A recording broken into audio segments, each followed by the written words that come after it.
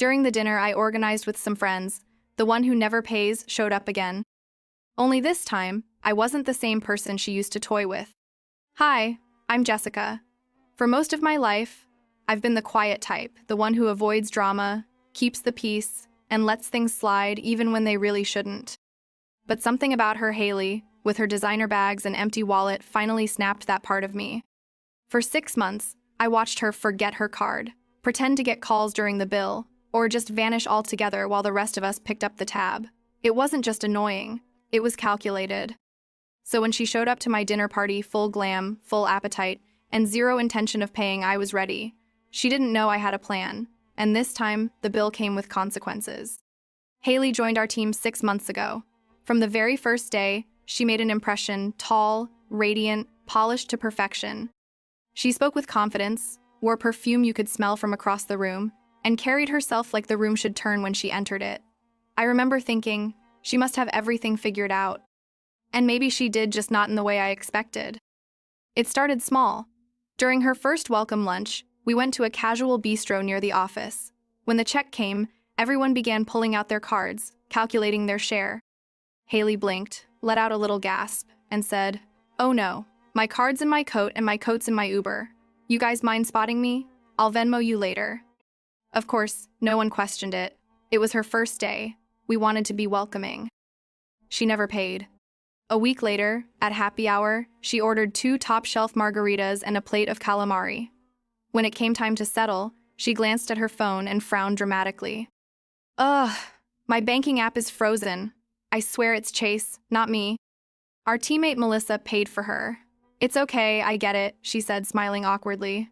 But later, she whispered to me, "I'm not sure she's ever going to pay me back." And she didn't. It became routine. We'd go out, Hailey would order the most expensive things on the menu, truffle fries, lobster rolls, premium cocktails, and then, just before the check came, she'd suddenly need to step outside to call her mom, or pretend to look for her wallet in her very empty handbag, or claim an allergic reaction to shellfish she'd just happily devoured. What stunned me was how smoothly she did it, like she wasn't lying but performing. And somehow, no one ever truly called her out. We'd just split the bill, grumble a bit, and move on. I started noticing the contradictions. The girl who couldn't pay for a 15 sangria was wearing 600 Louboutin heels on a Wednesday. Her nails? Always fresh. Her laptop case? Louis Vuitton. Her Instagram? A shrine of wine tastings, weekend spa getaways, and captioned quotes like, "Deserve the life you dream of." The part that gnawed at me wasn't just the unpaid tabs, it was how easily she manipulated the group dynamic. She knew we were all too polite to confront her, and she thrived on it. And me? I let it happen, again and again. Until the poke bowl incident. That's when everything changed. For the longest time, I told myself I was probably just being too sensitive. Maybe Hailey really was unlucky. Maybe her banking app really did crash every time we went out. Maybe I was just overthinking it. That's what I do, overthink. I'm the one who triple checks her messages before hitting send, who rehearses conversations in her head but rarely speaks up when it matters. I don't like conflict. I've never been that girl who causes a scene or calls people out. But something about Hailey was different. It wasn't just the unpaid bills. It was how she could look you straight in the eye, flash that dazzling smile, and make you feel bad for even thinking she was being unfair. She had this way of bending reality around her, and all of us, unintentionally, went along with it. Until the day she humiliated Zoe. Zoe was the kind of coworker who baked cookies just because it was Thursday. She'd been with the company for only 3 months, fresh out of college, trying to adjust to a new city and her first real job. For her birthday, she woke up at 5 a.m. to make a batch of her grandmother's famous brownies. She brought them into the office arranged neatly in a tray, each topped with a single walnut and a little handwritten note. "Thank you all for making me feel at home." I watched her beam as she placed them in the break room, practically glowing with pride. Hailey showed up an hour later. Without asking, she ate one, then another, and another. Within minutes, she'd devoured nearly half the tray, barely glancing at the note. I stood in the corner, coffee in hand, watching in disbelief. When Zoe walked in, ready to share her brownies with the team, her face crumpled. Only 4 were left. 4, for a team of 15. She tried to smile anyway, but her voice cracked as she said, "I made those for everyone." Hailey didn't even blink. She wiped her fingers on a napkin and said with a shrug, "Honestly, they were kind of dry. You should use less flour next time." Zoe blinked fast, clearly fighting back tears. That was the moment something shifted in me. It wasn't just about money anymore. It was about decency, respect, the way Hailey treated people like props in her never-ending performance. Zoe didn't deserve that. None of us did. And I realized I wasn't being sensitive. I was being silenced by my own discomfort, by the fear of being labeled dramatic, by the culture of politeness that lets someone like Hailey thrive. No more. That night, I opened a notes app on my phone and started writing down every excuse, every lie, every incident. I didn't know what I was going to do with it yet, but I knew this much. Next time Hailey tried her little show, I'd be ready with a spotlight. Fridays at our office are special. It's the one day we allow ourselves to loosen up, splurge a little on lunch, and enjoy a full hour instead of scarfing down sandwiches at our desks. That particular Friday, Mark was glowing. He'd finally closed a deal he'd been chasing for weeks, a 6-month retainer contract with a West Coast client. To celebrate, he treated himself to his favorite luxury, a poke bowl from that upscale fusion place down the block. Fresh salmon, ahi tuna, mango, avocado, and sesame crisps. 39.5 of perfection in a compostable bamboo bowl. "I only allow myself this once a month," he said, carefully placing it in the office kitchen. "Today's the day." Then he got a call. One of the clients from the contract wanted to follow up. "I'll be back in 5, he told me, setting his poke bowl on the counter with his name written on the lid. I nodded. "I'll keep an eye on it." What happened next? I still replay it in my head. Hailey waltzed in, as usual, phone in hand, scrolling like the world owed her an audience. She glanced at the counter, saw the bowl, and without so much as a pause, peeled off the lid and dug in. At first, I was too stunned to speak. Surely she didn't think that was hers. But she just kept eating, bite after bite, humming softly as if savoring the taste of victory. When Mark returned 10 minutes later, earbuds still in, he looked at the empty counter, then at the trash bin, then at Hailey sitting at the lounge area with the bamboo bowl now empty in her lap. He approached slowly. "Hailey, was that my lunch?" She looked up mid-chew. "Oh, was it?" Mark blinked. "It had my name on it." She shrugged. "It was on the counter. I assumed it was for anyone." "You didn't order a poke bowl. You ordered a quinoa salad," he said, pointing to the untouched salad still sitting on the counter. Hailey laughed. "Well, I already ate it. No point crying over raw fish." I saw Mark's jaw tighten. His voice shook not with rage, but with restraint. "That was my lunch. I'd been looking forward to it all week." And then, just like clockwork, Hailey shifted gears. "Whoa, you don't have to shout. Honestly, this is really aggressive. I didn't do it on purpose. Why are you acting like I stole your dog or something?" She stood up dramatically, placing a hand on her chest like a theater actress offended by the script. "It's just food, Mark. Maybe try being a little more mature." He didn't yell, he didn't push back, he just walked away, quiet, hurt. And me? I stood there watching the entire thing, feeling the burn rise in my throat. Not from the injustice, but from my own inaction. Again. That night, I couldn't sleep. I kept seeing Mark's face, the slow unraveling of his joy, and Hailey, brushing it off like his hunger, his money, his dignity didn't matter. That was it. The moment the switch flipped. Hailey wasn't just careless. She was calculated. And I was done letting her win. By Monday, I had a plan. Not revenge. Not really. This wasn't about humiliation or theatrics. This was about justice and clarity. Hailey had spent 6 months manipulating everyone around her, gaslighting good people into thinking they were overreacting. I didn't want to yell or point fingers. I wanted the truth to speak for itself. And I knew exactly how to make that happen. My boyfriend, Nathan, manages a fine dining rooftop restaurant in downtown Seattle Etoile, perched on the 25th floor of a sleek commercial tower. Think moody lighting, velvet booths, panoramic views, and a wine list that could bankrupt a small startup. It's the kind of place where showing up in jeans gets you gently redirected to the elevator. That night over dinner, I floated the idea to Nathan. "Hypothetically," I said, swirling my glass of Cabernet, "if I wanted to book a group dinner where one specific person couldn't sneak out before paying, could you help me?" He raised an eyebrow. "Hypothetically?" "Yes. I smiled. And preferably a private table, tucked away. No exit route. Staff briefed in advance. Nathan grinned. Tell me when. I'll make it airtight. That Friday, I sent a cheerful group email to 8 coworkers: Lucas, Zoe, Mark, Amanda, James, and yes, Hailey. Subject line: Friday night at Etoile. My treat to start. Body. Hi team! We crushed this quarter, and I thought it'd be nice to celebrate somewhere special. I've reserved a table at Etoile. They're offering us a corporate group discount. I'll cover the reservation fee. You just bring your appetite. Friday at 7 p.m. Let me know if you're in. Within 10 minutes, everyone RSVP'd, yes, even Hailey. She responded with her usual casual charm. Sounds divine. Thanks, Jess. Looking forward to it. Later that afternoon, Amanda leaned over my desk and whispered, You sure you want to invite her? I just smiled. Trust me, this time will be different. What none of them knew yet was that I'd already arranged every detail with Nathan. Our table would be in a private alcove at the far corner of the restaurant. The only way out? A long walk past the host stand, the bar, and every other diner. Each person's order would be recorded and listed individually. No ambiguity, no shared plates, confusion. And most importantly, the staff had been briefed.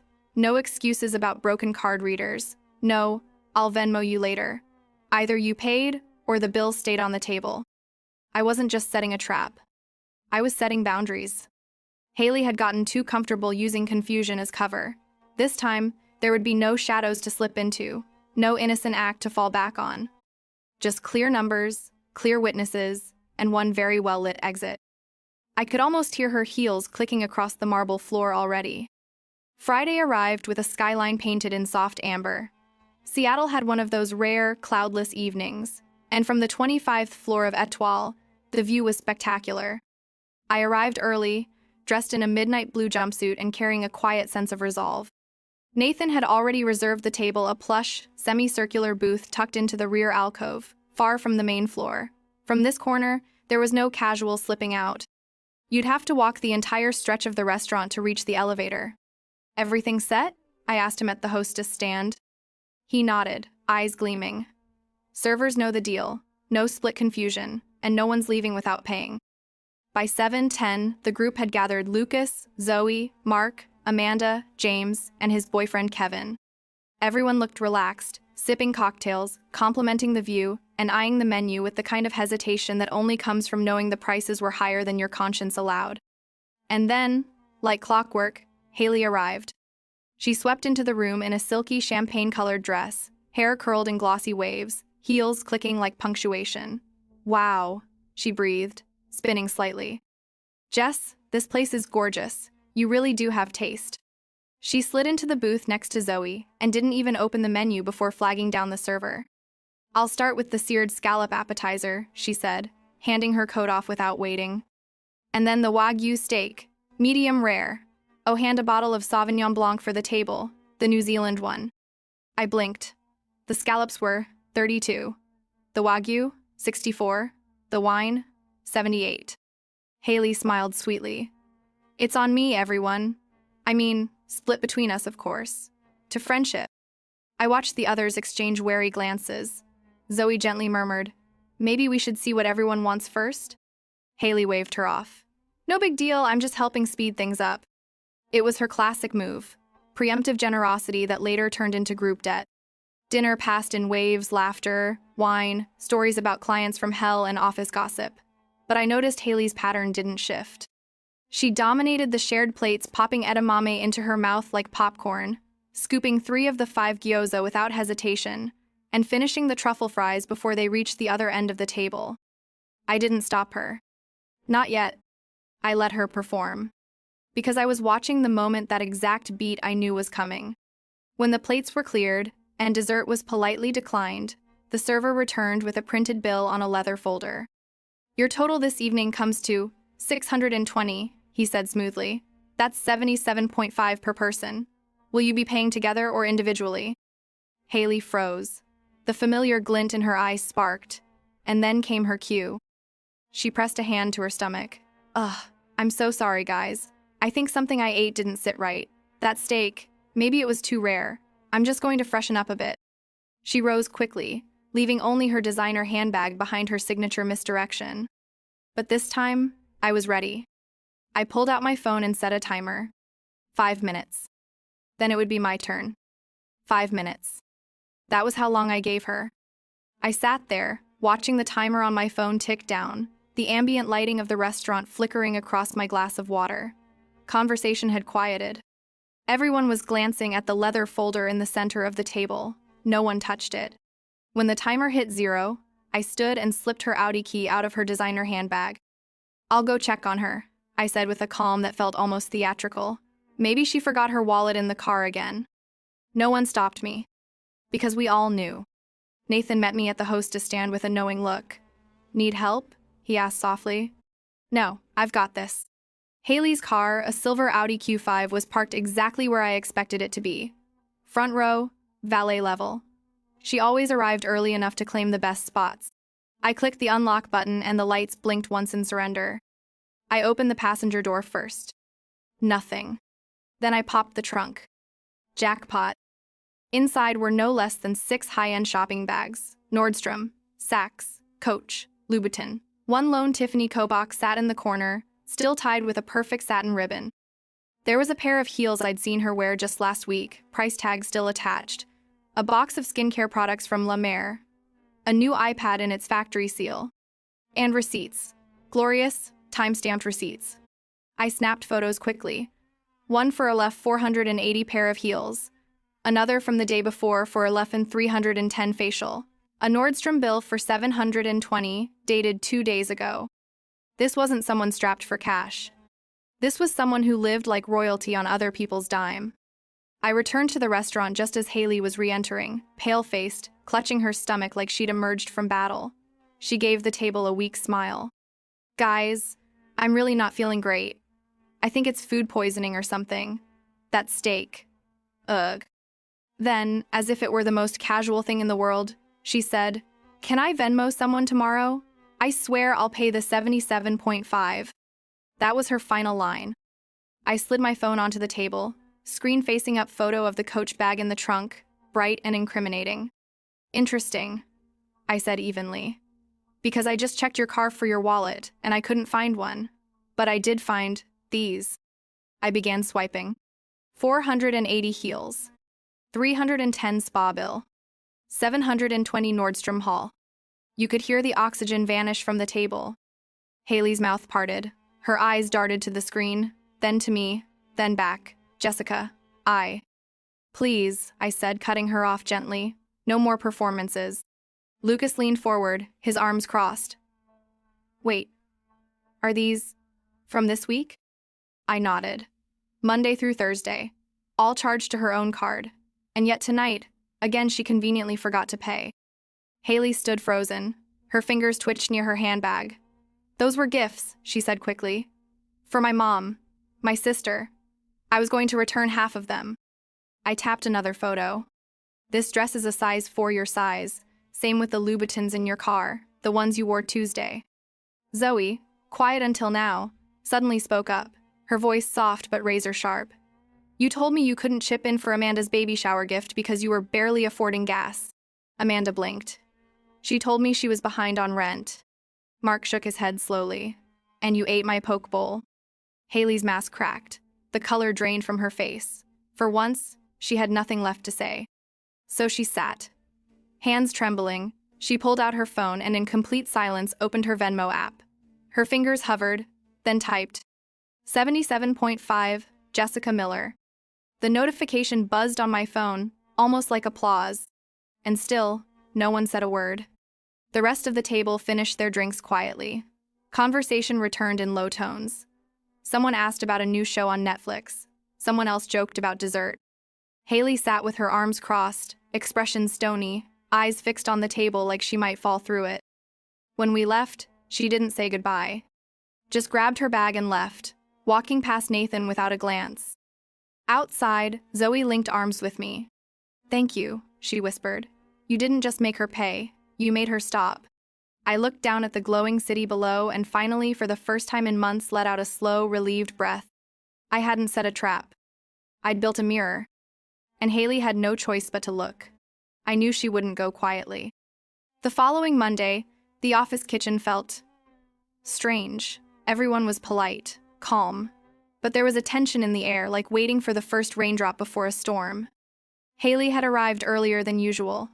She was already seated by the coffee machine when Amanda walked in. Her eyes were red. Her voice was soft. "Hey, do you have a second?" she said, barely above a whisper. "I need to talk about Friday. I'm still shaken." I watched from across the hallway.